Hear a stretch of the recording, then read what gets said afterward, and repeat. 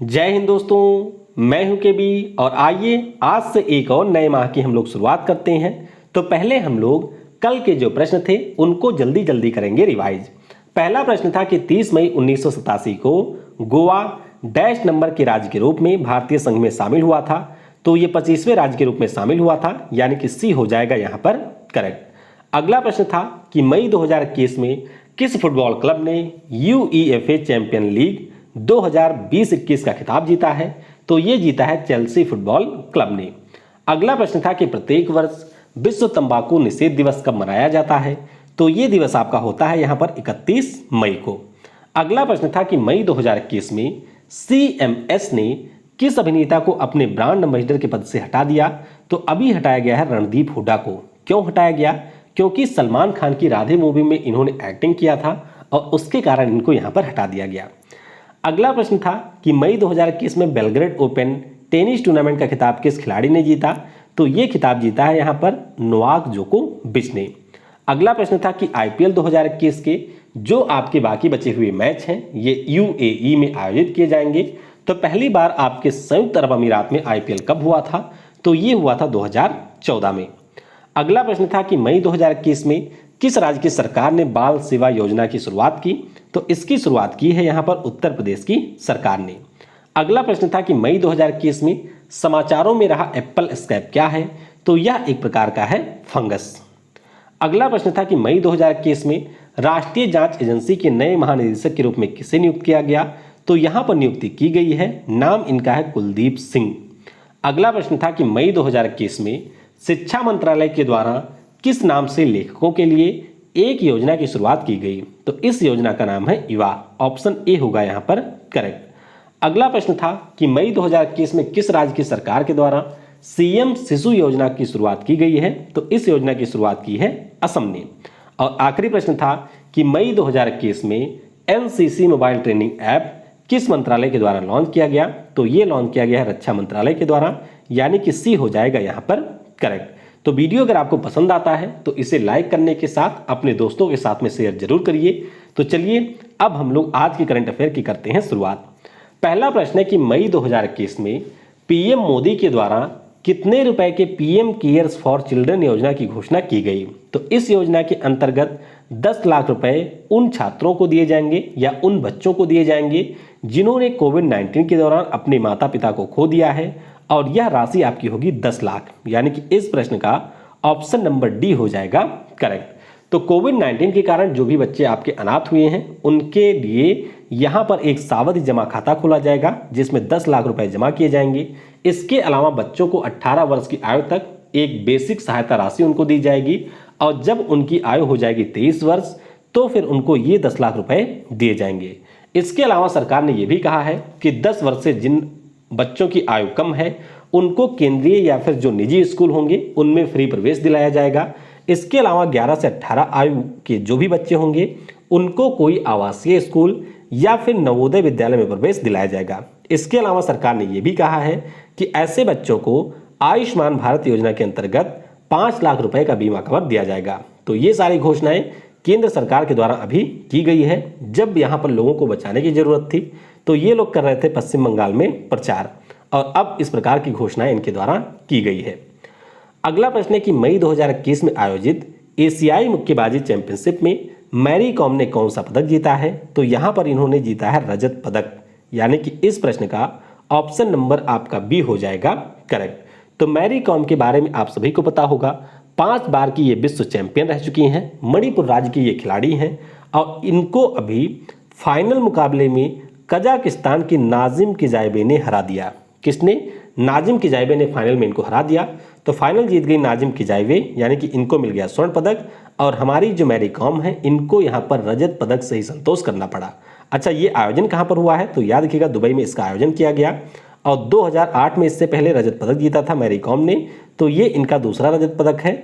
इसके अलावा 5 स्वर्ण पदक तो ये ऑलरेडी जीत चुकी हैं। अगला प्रश्न भी इसी से जुड़ा हुआ है कि मई 2021 में आयोजित एशियाई मुक्केबाजी चैंपियनशिप में पूजा रानी ने कौन सा पदक जीता? तो इन्होंने यहाँ पर स्वर्ण पदक जीता है। तो इस प्रश्न का ऑप्शन नंबर आपका ए हो जाएगा करेक्ट। तो ये आप देख सकते हैं पूजा रानी को इनके बारे में याद रखिएगा कि 75 किलोग्राम वर्ग में इन्होंने पार्टिसिपेट किया था। फाइनल मुकाबले में इन्होंने मावुलडा मोवलोनोवा को हरा दिया और इस प्रकार से इन्होंने जीता है स्वर्ण पदक। और हम लोग आशा करते हैं कि जो इस साल टोक्यो ओलंपिक होगा इनमें भी इन दोनों के द्वारा पदक लाया जाएगा हमारे देश के लिए।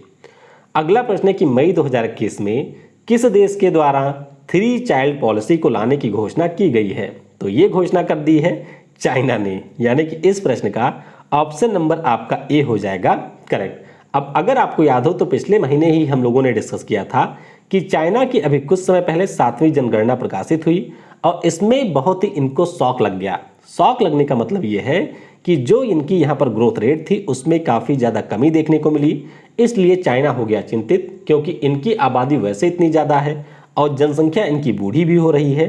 तो अब इन्होंने 3 चाइल्ड पॉलिसी लाने की घोषणा कर दी है, यानी कि ऑप्शन आपका ए हो जाएगा करेक्ट। अच्छा, एक पॉइंट आपको ये ध्यान रखना है कि 1950 के दशक में ही चाइना की जो जनसंख्या है वह काफ़ी तेज़ी से बढ़ रही थी, यानी कि जो काम हम आज कर रहे हैं वह काम चाइना उसी समय कर रहा था। तो इस कारण से 1978 में यहाँ पर 1 चाइल्ड पॉलिसी को लागू किया गया, यानी कि अब यहाँ पर यह व्यवस्था की गई कि कोई भी व्यक्ति मैक्सिमम एक ही बच्चे को पैदा कर सकता है। लेकिन ये जो पॉलिसी है 2015-16 में कर दी गई समाप्त और उसके बाद में 1 चाइल्ड पॉलिसी को बढ़ा करके यहाँ पर 2 चाइल्ड पॉलिसी को लाया गया था। अब यहाँ पर घोषणा की गई है कि जो 2 चाइल्ड पॉलिसी होगी वह बदल जाएगी 3 चाइल्ड पॉलिसी में, यानी कि एक माता पिता 3 बच्चे को यहाँ पर जन्म दे सकते हैं। ऐसा प्रावधान किए जाने की घोषणा यहाँ पर की गई है दबी आंखों वाले शी जिनपिंग के द्वारा। अच्छा, हमारे यहाँ पर भी 1 चाइल्ड पॉलिसी की ज़रूरत है। क्या आपको ऐसा लगता है? तो नीचे कमेंट में ज़रा अपनी राय दीजिएगा।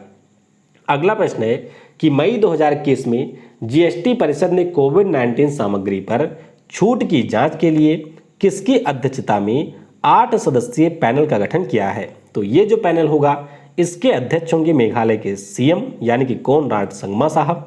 तो ऑप्शन यहाँ पर बी हो जाएगा करेक्ट। देखिए, अभी जो जीएसटी परिषद है उसकी 83वीं बैठक का आयोजन किया गया। मैं आपको पहले भी बता चुका हूं कि जीएसटी परिषद जो हमारी होती है इसके अध्यक्ष होते हैं वित्त मंत्री। तो इस समय इसके अध्यक्ष है निर्मला सीतारमण जी। तो इन्होंने अभी जो भी हमारे ऐसे पदार्थ हैं या ऐसे हमारे सामान हैं जो कि कोविड-19 के लिए आवश्यक हैं, तो उनके दाम क्या निर्धारित किए जाएं, क्या उनको जीएसटी में छूट दी जाए, इसके ऊपर सलाह देने के लिए एक समिति का गठन कर दिया है। अब समिति में एक तो आपके कोनराड संगमा है जो कि हेड है, उसके अलावा विभिन्न राज्यों के आपके यहाँ पर मंत्री भी शामिल किए गए हैं, जैसे कि नितिन भाई पटेल डिप्टी सीएम गुजरात हैं, अजीत पवार महाराष्ट्र के डिप्टी सीएम और बाकी सारे नाम भी यहाँ पर आप पढ़ सकते हैं। अच्छा, यहाँ पर जीएसटी लगता कितना है? तो देखिए, जैसे हमारे जो टीके वगैरह हो गए, घरेलू रूप से निर्मित जो टीके हमारे देश के 5% जीएसटी इन पे लगता है। इसी प्रकार से कोविड के लिए जो भी दवाएं हैं या फिर ऑक्सीजन कंसंट्रेटर वगैरह हैं तो इनके ऊपर 12% लगता है। अल्कोहल आधारित जो हमारा सैनिटाइजर है, हैंड वॉश है, कीटाणुनाशक है, थर्मामीटर है, इन पे लगता है 18% जीएसटी, यानी कि जिस चीज़ का जितना ज़्यादा यूज है उसके ऊपर उतनी ही ज़्यादा लगती है जीएसटी। अगला प्रश्न है कि मई 2021 में प्रकाशित पुस्तक लैंग्वेज ऑफ ट्रूथ एसे 2003-2020 इसके लेखक कौन है? बहुत ही ज़्यादा महत्वपूर्ण पुस्तक है क्योंकि इसको अभी लिखा है सलमान रश्दी ने। तो इस प्रश्न का ऑप्शन नंबर ए हो जाएगा यहाँ पर करेक्ट। अच्छा, अनामिका जी की बात हुई है तो ध्यान रखिएगा, अनामिका को इस साल हिंदी भाषा में मिला है साहित्य अकादमी पुरस्कार टोकरी में दिंगत नामक इनकी कविता के लिए। वहीं पर अरुंधति सुब्रमण्यम की बात करते हैं तो इनको अंग्रेजी भाषा में साहित्य अकादमी पुरस्कार मिला है। और इनके बारे में आपको याद रखना है कि इनके द्वारा जो पुस्तक लिखी गई उसका नाम है when God is a traveller. तो दोनों के नाम आपको याद रखने हैं और इनकी पुस्तकों को भी आपको ध्यान रखना है, खास तौर पे अगर आपको ग्रुप डी वगैरह जैसा एग्जाम देना है। अच्छा, सलमान रश्दी की बात करते हैं तो इनके द्वारा कई पुस्तकें पहले भी लिखी जा चुकी हैं, जैसे कि 2019 में इन्होंने पुस्तक लिखी थी जिसका नाम था क्विसोट, काफ़ी ज़्यादा फेमस है। मिडनाइट चिल्ड्रन पुस्तक जो कि इनकी 1981 में आई थी, इसके लिए इनको मैन बुकर पुरस्कार भी मिल चुका है। द सैटानिक वर्सेज, इसके अलावा द मूर्स लास्ट साई, ये सारी पुस्तकें यहाँ पर सलमान रश्दी के द्वारा लिखी गई है। अगला प्रश्न है कि मई 2021 में इजराइल के द्वारा जो हमास के ऊपर हमला किया गया था इसका कोड नाम क्या था? तो ध्यान रखिएगा, इसका कोड नाम है ऑपरेशन गार्जियन ऑफ वॉल्स। क्या नाम है? ऑपरेशन गार्जियन ऑफ वॉल्स, यानी कि इस प्रश्न का ऑप्शन नंबर सी हो जाएगा करेक्ट। तो जब इजराइल की जो राजधानी है जिसका नाम है जेरूसलेम, वहां पर आपको मिलेगी अल अक्सा मस्जिद। तो यहीं पर जो फलस्तीनी लोग होते हैं, इजराइल की पुलिस होती है, उनके बीच में एक विवाद होता है, यानी कि उनके बीच में झड़प से शुरुआत होती है। उसके बाद में इजराइल के अपोजिट में यानी कि फिलिस्तीन में जो सक्रिय ग्रुप है जिसका नाम है हमास, उसके द्वारा इजराइल को चेतावनी दी जाती है और उस चेतावनी के बाद में सीधे इजराइल के ऊपर रॉकेट फायर करना ये शुरू कर देते हैं गाजा पट्टी से, और उसके बाद में इजराइल के द्वारा भी की जाती है जवाबी कार्रवाई। हालांकि इजराइल ने यह भी कहा है कि इस युद्ध के दौरान उनके द्वारा आर्टिफिशियल इंटेलिजेंस यानी कि कृत्रिम बुद्धिमत्ता का भी यूज किया गया था। तो आप ध्यान रखेंगे यहां पर जो आपका ऑपरेशन था उसका नाम रखा गया ऑपरेशन गार्जियन ऑफ वॉल्स। तो ये आपसे परीक्षा में पूछा जा सकता है। बाकी राजधानी जेरूसलेम में है, मुद्रा यहाँ की शेकेल है और पीएम यहाँ के हैं बेंजामिन नेतन्याहू। अगला प्रश्न है कि मई 2021 में नैनो बायोटेक्नोलॉजी रिसर्च सेंटर के द्वारा नैनो यूरिया लिक्विड विकसित किया गया। तो इसका मुख्यालय आपको कहां पर मिलेगा? तो इसका जो मुख्यालय है वो आपको मिल जाएगा गुजरात में, यानी कि ऑप्शन नंबर डी हो जाएगा यहां पर करेक्ट। तो ये आप देख सकते हैं, ये हमारा है इफ्को नैनो यूरिया। अच्छा, क्या होता है? ऐसे आपने देखा होगा कि जो यूरिया होता है वो आपको मिलता है बोरी में, यानी कि सॉलिड फॉर्म में वो आपको देखने को मिलता है। अब सॉलिड फॉर्म में क्या होता है, कई बार आप जब उसको खेतों में डालते हैं तो वह पौधों तक ठीक से नहीं पहुंच पाता है। अब ये लिक्विड फॉर्म में होगा तो आसानी में आपके पानी में मिल जाएगा। उसके बाद में जो हमारे पौधे होंगे उनकी जड़ों को ये ज़्यादा बेहतर तरीके से न्यूट्रिशन दे पाएगा। तो इसी के लिए अभी जो गुजरात के करोल में स्थित है जिसका नाम है नैनो बायोटेक्नोलॉजी रिसर्च सेंटर, उसके द्वारा आत्मनिर्भर भारत और आत्मनिर्भर कृषि के अंतर्गत इसको विकसित किया गया है। अच्छा, यूरिया की बात हुई है तो ध्यान रखिएगा, इसे हम लोग कार्बाइड के नाम से भी जानते हैं, कार्बामाइड के नाम से, और फार्मूला इसका होता है NH2CO NH2। तो ये इसका होता है फार्मूला। अगला प्रश्न है कि मई 2021 में किसके द्वारा अपतटीय गश्तीपोत ICGS सजग को कमीशन किया गया? तो इसको कमीशन किया है हमारे नेशनल सिक्योरिटी एडवाइजर यानी कि अजीत डोवाल साहब ने। तो इस प्रश्न का ऑप्शन आपका बी हो जाएगा करेक्ट। तो बस इतना आप याद रखिएगा कि इसको अभी गोवा में कमीशन किया गया और गोवा शिपयार्ड लिमिटेड के द्वारा इसका निर्माण किया गया था। अच्छा, अगर हम लोग भारत के पहले ऑफशोर पेट्रोल वेसल की बात करते हैं तो वो हमारा है ICGS विक्रम, और इसको भी यहाँ पर गोवा शिपयार्ड लिमिटेड ने ही डेवलप किया था। अच्छा, ये आपके कैसे जहाज होते हैं?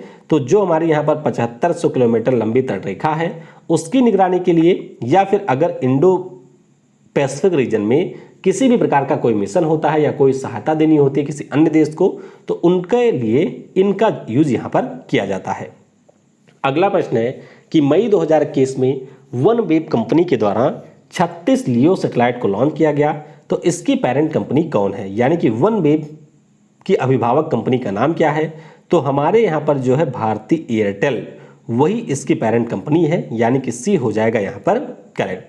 तो भारती एयरटेल का जो हमारा विदेश वाला भाग है उसे हम लोग कहते हैं भारती ग्लोबल। जैसे मैंने आपको बताया था ONGC हमारे देश में होता है और ONGC विदेश आपको मिलेगा, विदेश लिमिटेड आपको मिलेगा विदेशों में। तो उसी प्रकार से भारती एयरटेल आपको देश में मिलेगा और भारती ग्लोबल आपको मिलेगा वैश्विक स्तर पर। तो भारती ग्लोबल और यूके की सरकार का उपक्रम है वनवेब, इसके द्वारा यहाँ पर 36 सैटेलाइट को भी लॉन्च किया गया है। अच्छा, ये जो सारे सैटेलाइट हैं उनका काम क्या है? तो उनका मुख्य रूप से काम है कि दुनिया के जो हमारे ऊपरी हिस्से हैं जैसे कनाडा हो गया, अलास्का हो गया, यहाँ पर ग्रीनलैंड है, आयरलैंड है, उसके अलावा यूके हो गया, तो इन सभी को इंटरनेट की सुविधा प्रदान करना। जैसे आपके स्पेस एक्स का प्रोग्राम है, क्या नाम है, स्टारलिंक प्रोजेक्ट, उसी प्रकार से यहाँ पर वन वेब के द्वारा भी सैटेलाइट लॉन्च किया जाएगा और सैटेलाइट के द्वारा इंटरनेट दिया जाएगा। आगे चल के यानी कि 2022 के बाद में भारत तक इसके विस्तार की भी इनकी योजना है। तो चलिए, इस प्रकार से जो भी आपके महत्वपूर्ण प्रश्न थे उन सभी प्रश्नों को हमने डिस्कस कर लिया है। अब आइए कल के प्रश्नों का उत्तर जान लेते हैं। पहला प्रश्न मैंने आपसे पूछा था कि लायन और मोर किस राज्य के लिए नृत्य आपके हैं? तो ये है अरुणाचल प्रदेश के। दूसरा प्रश्न पूछा था कि गौर मारिया किस राज्य का लोक नृत्य है? तो ये आपके छत्तीसगढ़ का है। इसी प्रकार से था कि विदेशिया नृत्य को पुनर्जीवित करने का श्रेय किसको दिया जाता है?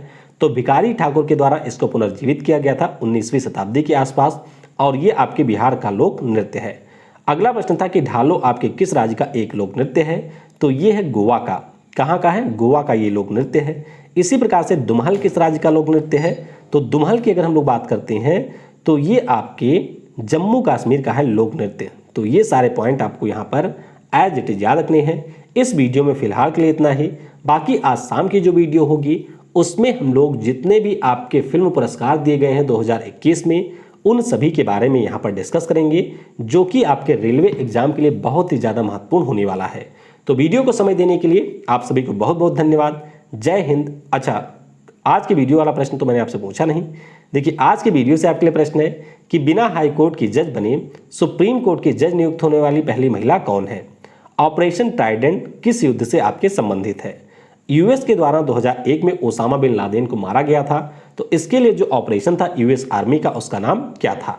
और आखिरी प्रश्न है कि सिक्किम को किस संविधान संशोधन के द्वारा भारतीय संघ में किया गया था शामिल? जय हिंद, जय भारत, और सबसे जरूरी, पढ़ेगा भारत तो बढ़ेगा भारत।